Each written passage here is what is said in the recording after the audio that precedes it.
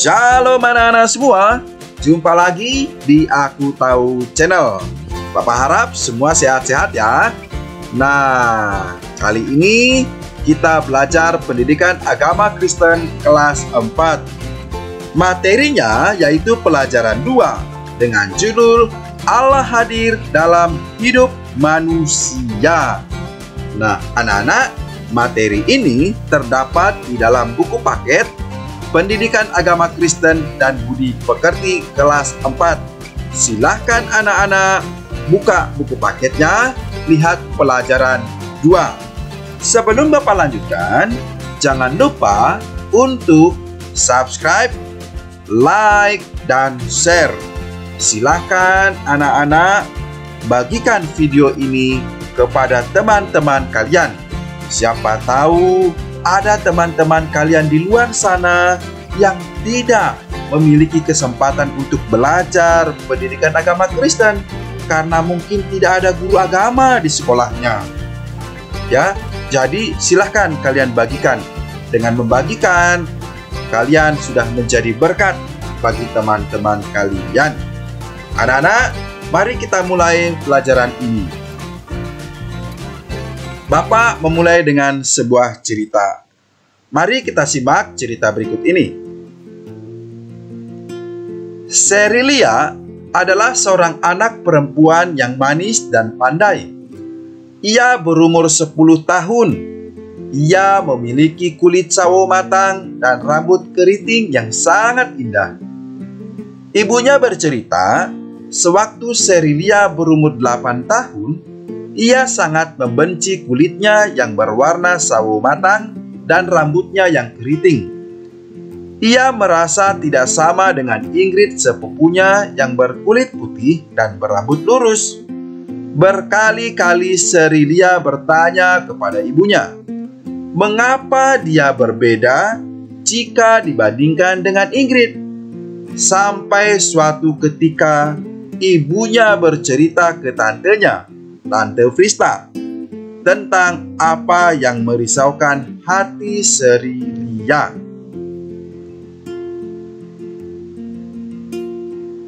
Tante Frista hanya menggeleng-gelengkan kepala dan berjanji akan berbicara dengan Cerilia.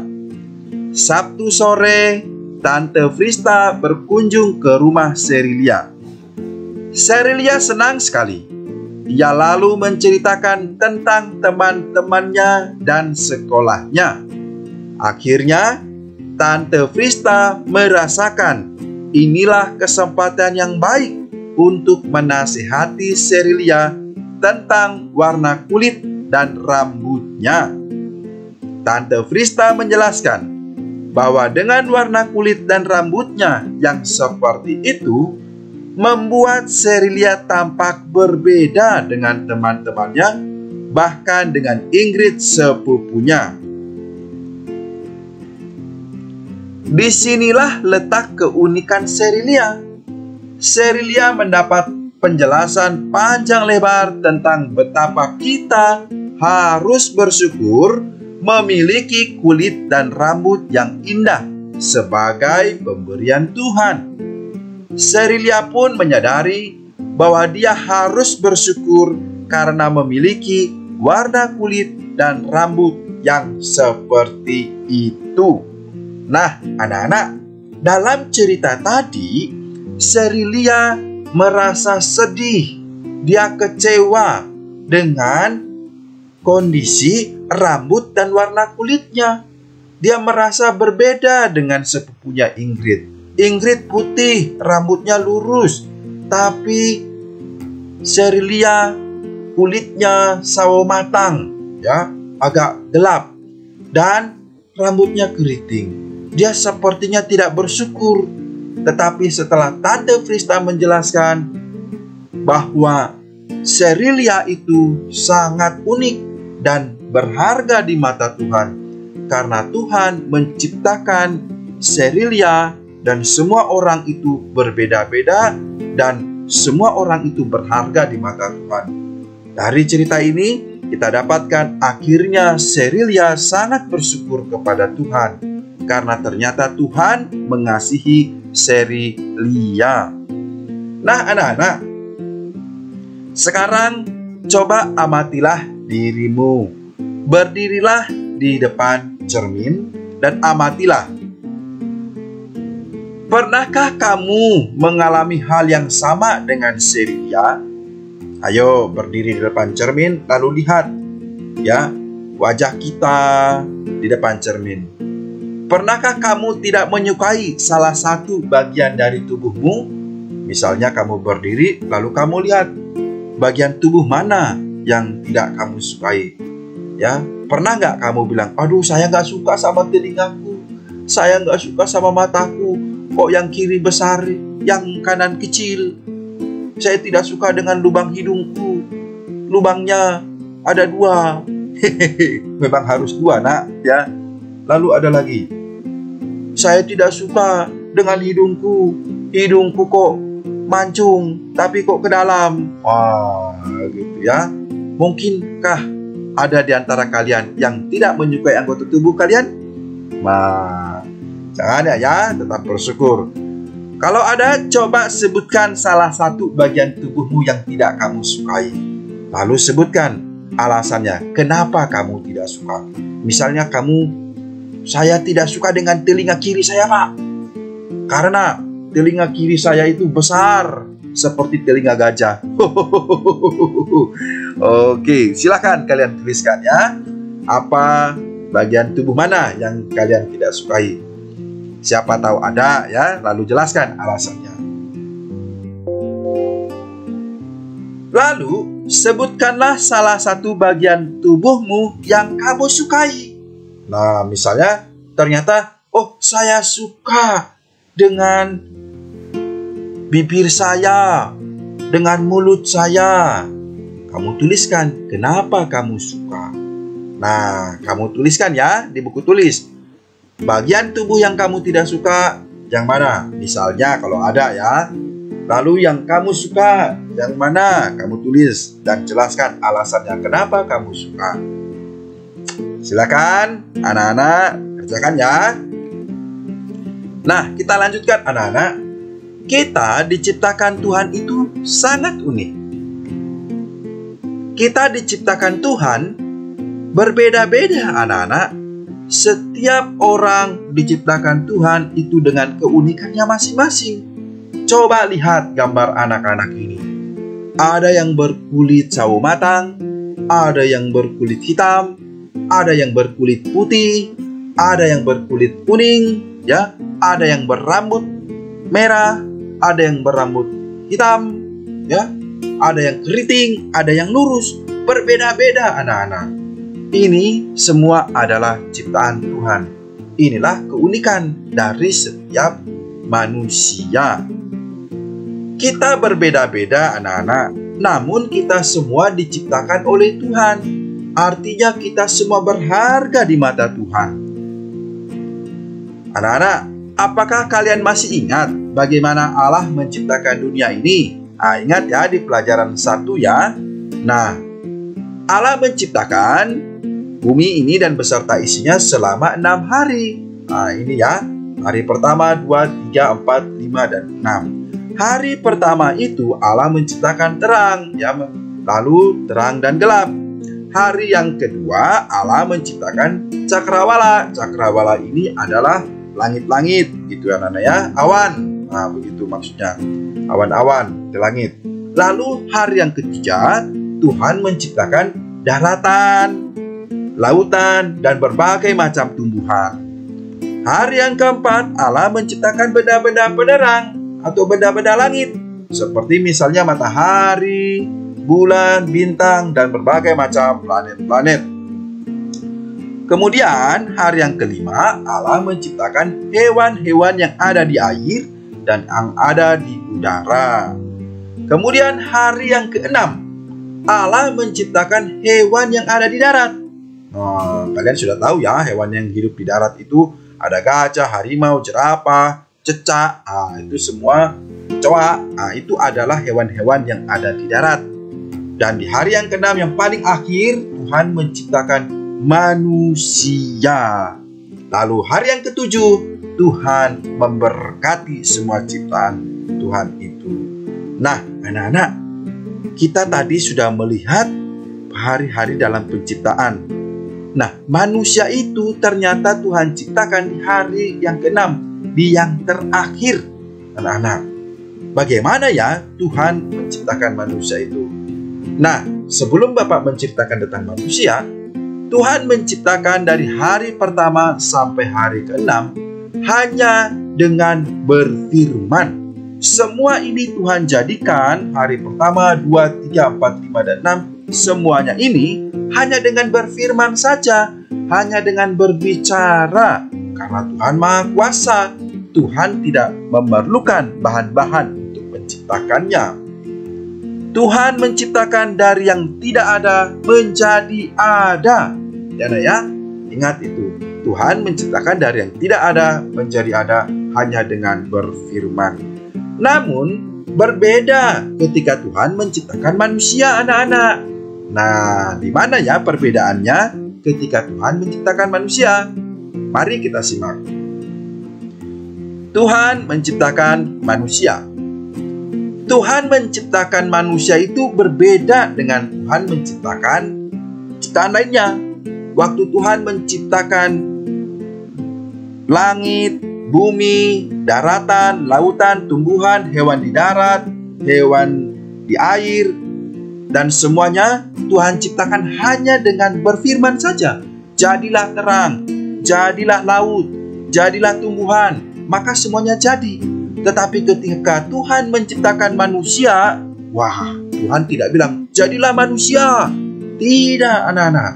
Tuhan menciptakannya dengan proses yang sangat unik, berbeda dengan yang lain. Tuhan menciptakan manusia itu dari debu dan tanah. Wow. Tuhan mengambil debu dan tanah yang Tuhan sudah ciptakan tadi. Tuhan ambil debu dan tanah itu, debu dan tanah itu, lalu membentuknya menjadi manusia dan menjadi makhluk yang hidup. Kisah penciptaan manusia ini dapat kita baca dalam kitab Kejadian, khususnya Kejadian pasal 1 ayat 26 sampai 27 dan Kejadian pasal 2 ayat 7. Begini bunyi firman Tuhannya. Kejadian 1 ayat 26 sampai 27. Berfirmanlah Allah, baiklah kita menjadikan manusia menurut gambar dan rupa kita, supaya mereka berkuasa atas ikan-ikan di laut dan burung-burung di udara dan atas ternak dan atas seluruh bumi dan atas segala binatang melata yang merayap di bumi. Ayat 27. Maka Allah menciptakan manusia itu menurut gambarnya.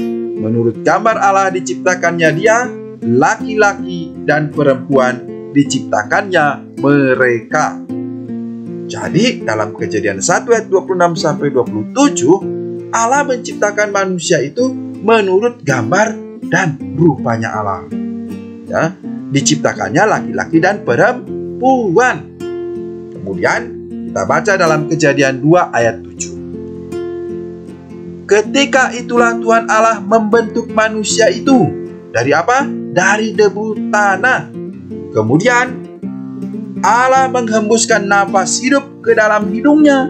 Demikianlah manusia itu menjadi makhluk yang hidup. Ya, anak-anak. Jadi Tuhan membentuknya dari tanah. Kemudian Allah membentuknya. Setelah Allah membentuknya, seperti yang tertulis dalam Kejadian 1 ayat 27, Allah menciptakan manusia itu menurut gambar dan rupa Allah. Apa maksudnya gambar dan rupa Allah? Artinya manusia itu berbeda dengan makhluk ciptaan lainnya. Manusia memiliki sifat-sifat ilahi, yaitu kebaikan, kasih, moral yang dapat mencerminkan sifat Allah. Dan manusia itu dapat berhubungan dengan Allah, artinya berkomunikasi dengan Tuhan. Wah, luar biasa ya. Kita berbeda dengan ciptaan yang lainnya. Kita yang diciptakan memiliki sifat-sifat Allah. Kita memiliki gambar dan rupa Allah. Manusia itu diciptakan dari debu dan tanah. yang telah dibentuk. Setelah dibentuk, maka Allah menghembuskan nafas ke dalam hidungnya. Dengan demikian dia menjadi makhluk yang hidup. Jadi kalau tidak dihembuskan, dia tidak hidup, anak-anak. Setelah dihembuskan nafas ke hidungnya, maka dia menjadi makhluk yang hidup. Dan manusia itu diberi nama Adam, ya, yang artinya manusia pertama atau laki-laki. Kemudian karena Adam itu sendiri, dia tidak ada teman.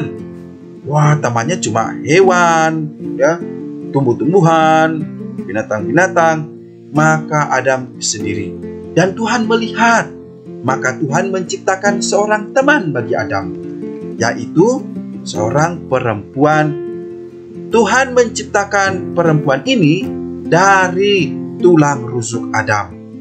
Jadi, tulang rusuk Adam diambil dan diciptakannya lah seorang perempuan, dan perempuan itu diberi nama Hawa, anak-anak.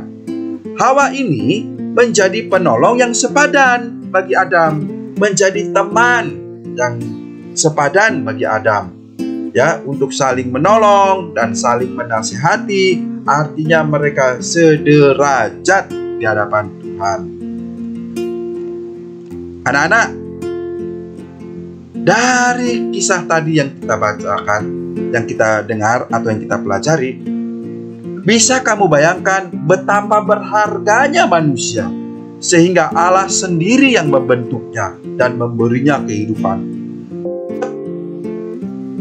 Jadi, seperti apapun warna kulitmu, bentuk rambutmu, warna biji matamu, dan ukuran tubuhmu, semuanya adalah anugerah Allah. Karena Allah yang menciptakan kamu dengan penuh kasih sayang. Nah, anak-anak, berarti kita semua ini berharga di mata Tuhan. Karena Tuhan menciptakan kita berbeda dengan ciptaan yang lainnya.